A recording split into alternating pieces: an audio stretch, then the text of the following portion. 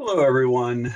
I just wanted to take a moment to share some feedback with you all on assignment one. Most people did quite well on assignment one, but there were some common issues that I noticed that I wanted to make sure we cleared up so that you have the correct information for the exam and moving forward. I did go ahead and provide feedback on the assignment as well. Okay, so we're going to go through each of these studies and we are going to label them according to their methodological design, whether they are quantitative or qualitative, and determining their causality. Okay, so study one. So with study one, this is Ormrod and Jenkins reported that in a group of 20 third and fourth graders, the predominant strategy the students used to learn a list of spelling words was saying the letters of each word out loud. Okay, so the first thing we want to do in determining what type of design this is first ask, how many variables are we dealing with? And here we are dealing with one variable, okay? Because we're dealing with one variable, we know that this can really only be a descriptive study according to what we have covered so far in this class, okay? So we're going to call this a descriptive study, okay? Now we want to ask, is this a quantitative or is it a qualitative design? This is actually a qualitative design because we are only looking at the type of strategy. We're not necessarily collecting any information in terms of a measurement. Okay, so this is going to be a qualitative design. And then we finally are going to ask, is this, can we infer causality from this design, which we cannot do from a descriptive study. We can only infer causality from an experimental design. So we will say no causality. All right. Our next study, study number 2, is in a study by Polardi. First grade teachers were asked whether they believed that girls were better readers than boys. Some teachers said that girls were better readers than boys. Others said that girls and boys had equal reading ability. At the beginning of the school year, there were no differences in reading readiness between girls and boys for either group of teachers. At the end of the year, reading achievement tests yielded these average scores, and they show you a table according to teacher expectations and student performance on their test scores. So like we did with study one, we want to first ask, how many variables are we dealing with? So we are dealing with 2 variables in this study. So we have a few more options here because we're dealing with 2 variables, okay? We can have a correlational design, we can have a quasi-experimental design, or an experiment according to the studies that we have learned in this unit for this class.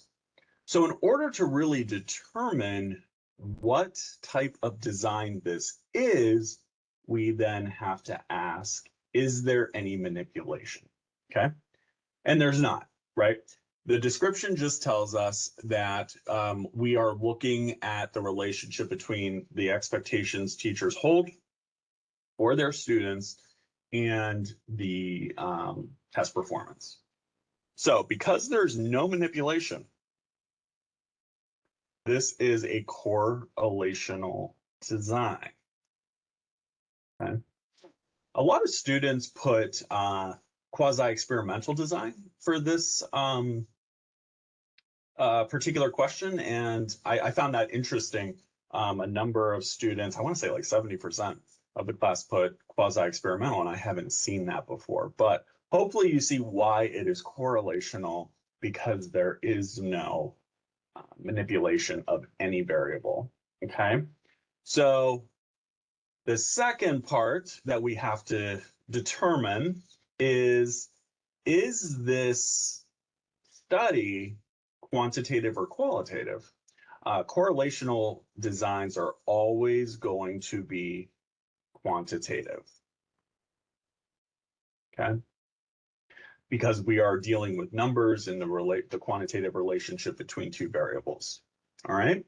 And then we are finally going to talk about the causal implication for the study. In other words, can we infer causation between the teacher's expectation and the test performance of students?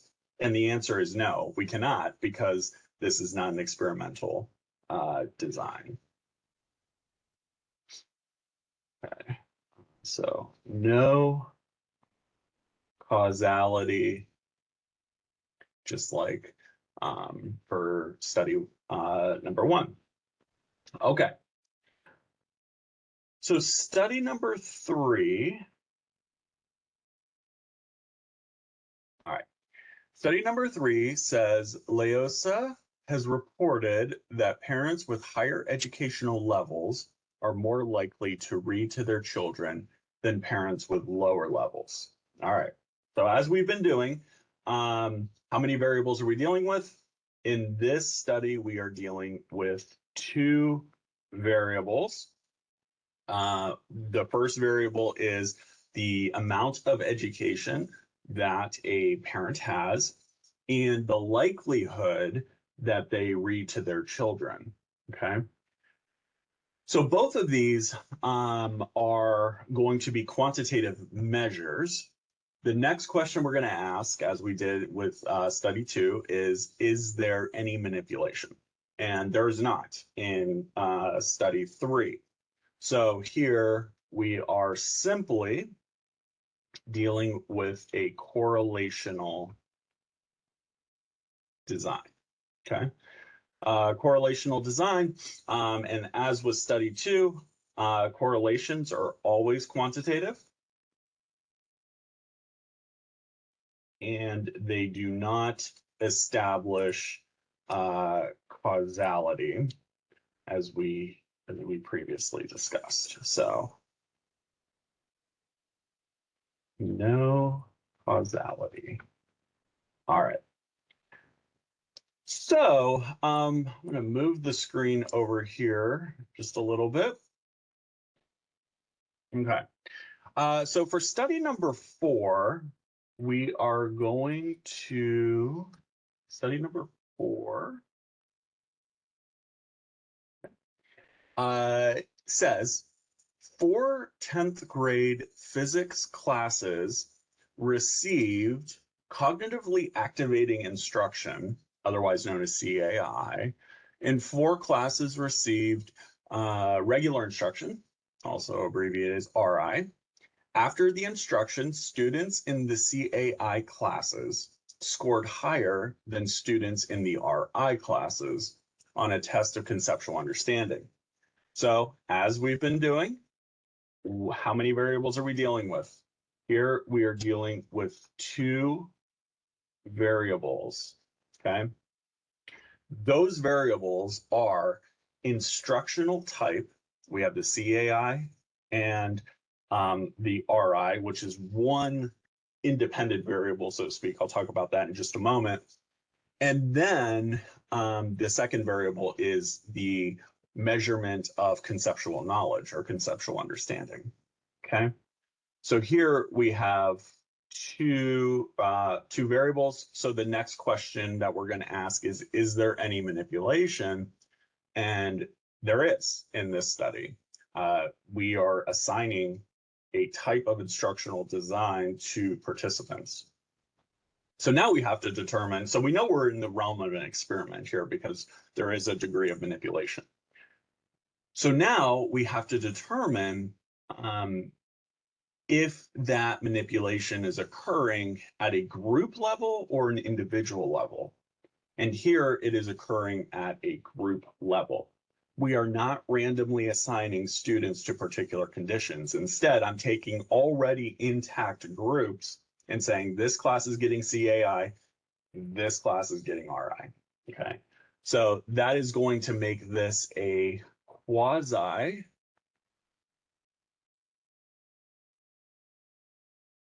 experiment because there is no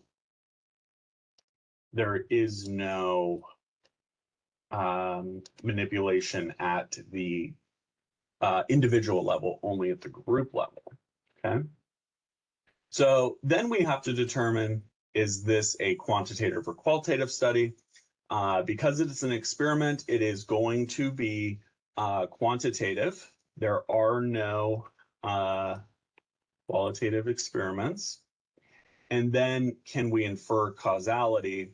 And we can infer causality. Okay, because this is a quasi-experiment in the experimental family of designs. Now, I want to be clear, some of you did point this out in the write-up for assignment 1, that quasi-experimental designs sometimes inherently have lower internal validity because of the lack of random assignment. Okay, so there can be a degree of bias that is present at the beginning of the study, which can skew the results. However, you will talk more about that if you pursue more advanced research methods courses on how to control for some of those external factors. For now, I want you to associate quasi-experiments and experiments as being able to infer causality, because a well-designed quasi-experimental design can really yield very useful results when they're done well. Okay, they are harder to do than a regular experiment for sure. Okay, so study 5. So study 5 is, after analyzing tape recordings of numerous science classrooms in action, Rowe, 1974, reported that when the teachers asked a student a question, they waited an average of only 1 second for the student to reply before repeating or rephrasing the question, asking a different question, or calling on another student. Okay, so study number 5, how many variables are we dealing with? We are dealing with one variable. Okay.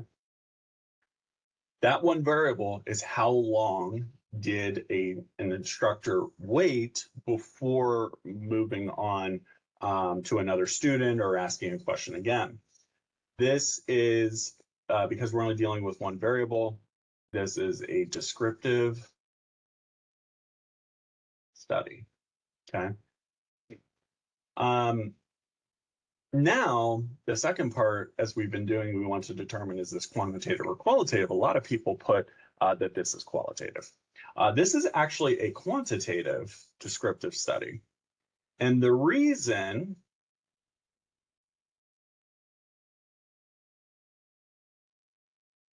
it is quantitative is because we are measuring time, which is measured in seconds, which is a quantitative factor. Okay. So then finally, is there any causality that can be inferred from this study? No, right? Because there is no control as in an experiment. So we would say no causality. Okay. All right.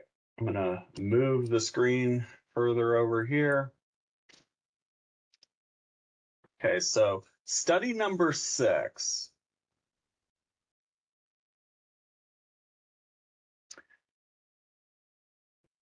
In a study of 1,446 students in an online university course, students who rated their teachers more caring also reported higher effort in the class. Okay.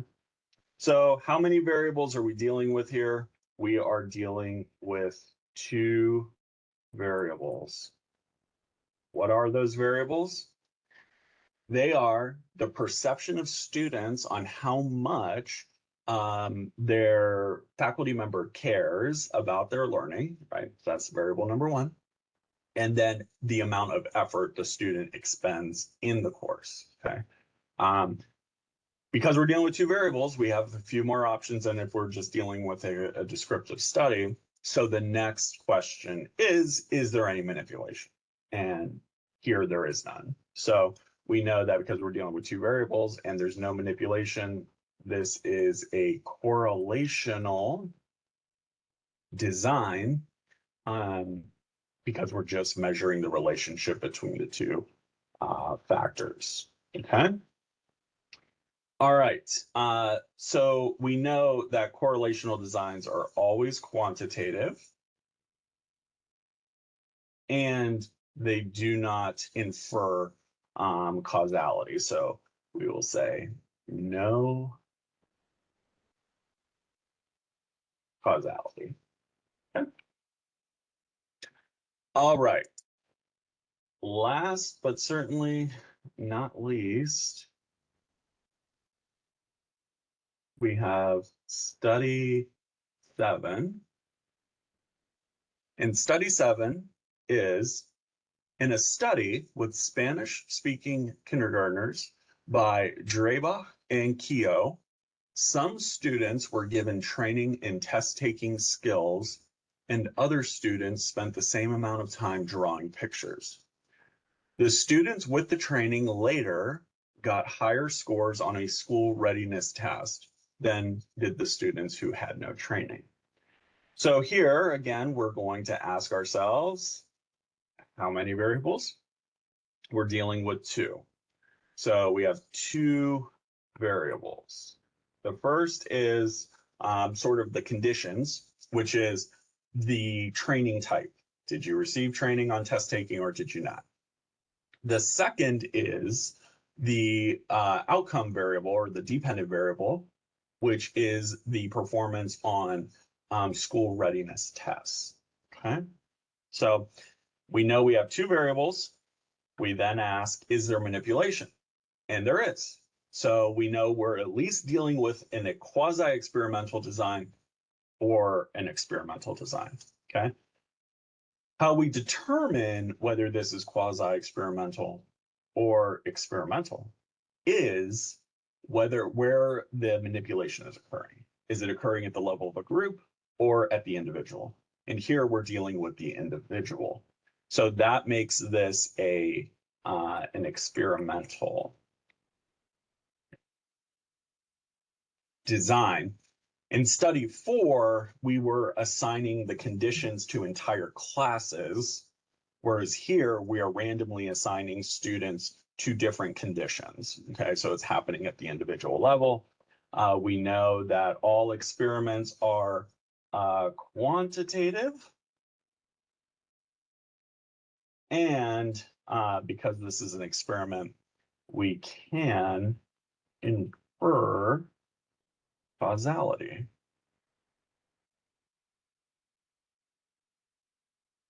So hopefully this overview and recap of assignment 1 was helpful. I know that this can be a challenging topic for a lot of students, especially if you haven't had prior exposure to research methods. But this is a really important topic for educators because as educators, you're going to be receiving lots of information about different processes and instructional strategies that you should use, or maybe new technologies. And it's really critical that you are able to determine what research has been done on those strategies and what that research means, right? So a lot of things are shown two educators as causal. And as we can see here, out of 7 studies, we only had 2 that were that could establish causality in the manner in which they were done. Okay.